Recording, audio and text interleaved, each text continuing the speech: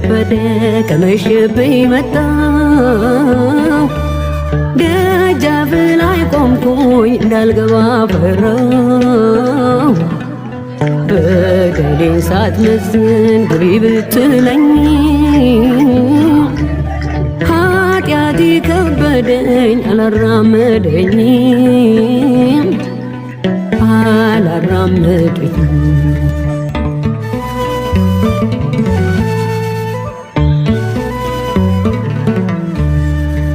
የሰው ዕድሜው እኮ አጭር ነው ጥቂት ነው